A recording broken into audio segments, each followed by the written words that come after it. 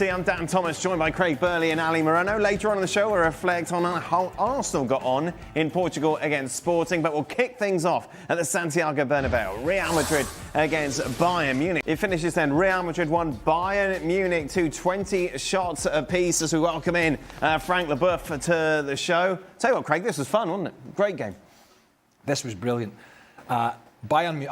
Real Madrid did enough, more than enough, to suggest they are going to be one dangerous animal in Munich. However, Bayern Munich's football, their football was outstanding. The way they passed it, the way they moved, and they were almost too. It was almost too easy in the end to try to score that perfect goal, which may come back and haunt them. But their football was terrific. I don't think Carreras is going to have a poster of Michael Olise in his bedroom because he gave him a torrid time. But Real Madrid's pace up front, you know, that pace of Mbappe in behind and Vinicius in behind, is always going to be a danger in their way leg. But I was super, super impressed by the way Bayern Munich stroked the ball around. Really impressive. And as good as Bayern Munich was, I can tell you that this wasn't their best performance. They have been better than this season. And part of the evidence of that is Luis Diaz, who scores a great goal in the combination, was not very good over the course of 90 minutes. Harry Kane, noticeably coming back from injury, and while he scores a great goal, was quiet for most of the game. And you start thinking about players for Bayern Munich that, yeah, they did a lot of good things. In the case of Manuel Neuer, but he was very poor in the distribution of the ball. Kimmich turning the ball over in the first half. Pavlovic turning the ball over as well. And it seems like I'm nitpicking here, but And I'm guessing that some of the Bayern Munich fans would say, whoa. We went to Santiago Bernabeu and won the game 2-1. What I'm telling you is that your team can be better than this. As good as they may have been, and as impressive as they may have been, there have been better versions of this with Bayern Munich. That's the scary news for Real Madrid. Yeah, there's something to be said about Real Madrid and what they can do in counterattack opportunities because of the individual talent. But when Bayern Munich are able to connect like they did for the Luis Diaz goal, they're unstoppable. When they get going and you get that combination play that Craig is talking about, then this is a team that are so difficult to stop. And we thought the mismatch was going to be Luis Diaz against Trent Alexander-Arnold. Yeah, at times it was. The real mismatch was Michael Olise against Álvaro Carreras. And that's not going away. That mismatch is going to be available to Bayern Munich. So while I'm telling you that Bayern Munich can be better, that's the good news for Bayern Munich fans. There is better for Bayern Munich. That's scary for Real Madrid. We've rarely seen this version of Real Madrid. It's far from perfect. But it was an exciting version tonight. One that didn't boss the game, but it was an exciting, it was defence to attack pretty quickly. It transitioned quickly. And the game was so open in the second half, and that suited Real Madrid to an extent. And this is a side that lost to Mallorca at the weekend. This is a side that has struggled. It's off the pace in La Liga. And yet people keep talking about this Champions League energy. But why? Why is this not there on a weekly basis? Because, you know, they had 20 efforts at goal.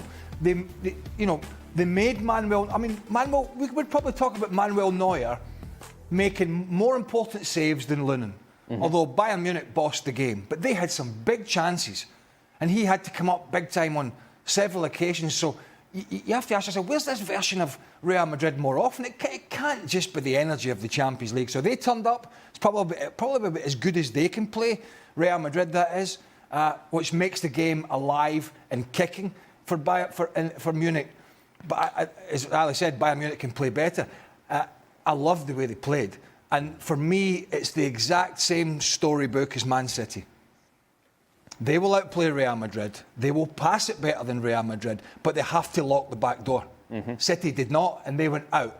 And Real Madrid showed tonight that if Bayern Munich don't lock that door properly and sensibly in Munich, they could go out. And try to find a pathway a month or two ago for Real Madrid, possibly going to a semi and a final was difficult. And it is a mountain to climb, but they showed enough in this game today, going forward, that they can cause problems, particularly away from home, and Bayern Munich are squeezing the game. Frank? Well, I would be very critical to Real Madrid. I think after 10 minutes could have been 2-0 for Bayern Munich if Leimer scored the chance that he had that same chance that Kane had second half when he scored, and of course Upamecano. It could have been 4-0. Yes, it's like Real Madrid had chances, but because Bayern Munich allowed them to be alive. That's what I felt. You know, at 2-0, they stopped playing, got a little bit sloppy. Upamecano made a mistake. They opened up a little bit. Fortunately for them, Neuer was at his base, still at 40 years old. But it's only because Bayern Munich, for me, allowed them to have some chances, that Real Madrid is still there. And yes, I agree with Craig. That's dangerous because you never know what can happen in Champions League with Real Madrid. It's exactly what I've seen when they won against City, Chelsea, Paris Saint-Germain, and won the Champions League. Were never and nobody would have expected that. So Bayern Munich will have to learn how to finish a game, to score more goals. And yes, I was impressed with Bayern Munich when they wanted to go forward, when they wanted to deal the game and to dominate the game. But they got a little bit sloppy, and I'm concerned about that because, yes, Real Madrid will be away from home, but it's still alive. Maybe Carreras needs to, I don't know, maybe a little bout with the flu for the away leg or something. It's just... Michael Olise. Yeah. Holy smokes. He just keeps getting better. He is one of the best players in the world. Absolutely. There's no question about it. What do you do as a French national team manager? Do you try and shoehorn Dembele, Olise, I'm missing somebody here. Mbappe. Yeah, Ekitike, you're talking about. You try and shoehorn all these players. Barcola, Doué. Yeah. You know, what do you do? It's all very well saying, well, you just get them all in the team and then you work it out. It's not as simple as that for the balance, but, you know, Dembele will want to play wide on one side and Mbappe might want to play through the middle, but he's so good and he's getting better every time you see him. I mean, he walks past almost every player that came out. Didn't matter if it was Carreras, didn't matter if it was Rudiger, didn't matter if it was Huijsen. If they didn't double up on him, they were screwed. If he got somebody one-on-one, doesn't matter who it is, didn't matter who it was, he was either dropping the shoulder and going on his right foot, or he was coming in on the left and playing a ball in. So it's very difficult to defend because he's got that ability, he's got the pace, he's got the trickery, and he's got this great skill set that not all wide players have. He can go both ways. Some are pretty predictable in which way they go. Michael Olise, he can drop the shoulder and he can take a defender on anyway. And from a defensive aspect, that's the most difficult part of the game to defend. And this is no surprise to you. Obviously, you see him in the Bundesliga week in, week out, Ali. And he plays like he's having fun, which is kind of rare in this world. Well, actually, I would say that he plays as if he's warming up for the game. That, in his mind, everything is so slow. And yet he's just gliding past people. He makes it look so easy and comfortable. I don't think Michael Olise knows how good Michael Olise is. He comes across as very unassuming, as sort of like the game is going. You're talking about a humble Frenchman, Ali. Well, I know that's hard to figure out, and I that's hard to imagine. But Michael Olise, quiet guy, unassuming guy, but you put the ball in his feet, and he is a killer. He is a guy that is going to go at people, has very good sense and instinct about the game, and all of it comes naturally. None of what he does looks rushed. Everything looks done at the pace that he wants it to happen. Not that the defender is affecting him, not that the incoming midfielder is affecting him. He is making the decisions. He is in full control of all his abilities. And quite frankly, when you watch him play like this, I can't help but have the comparison with, well, who's better, Lamine or Michael Olise right now? They are both playing at a high level. Michael Olise is making it look easy. Do you know what is almost equally as impressive as the mindset, the mentality? You know, look, we talked about Luis Diaz a little bit. He goes from Liverpool to Bayern Munich, two elite level clubs. But Michael Olise, with all respect, you know, he's in the Crystal Palace dressing room with Adam Wharton and, you know, Mateta and you know, Richards, the American, and You're struggling to name any other Palace players.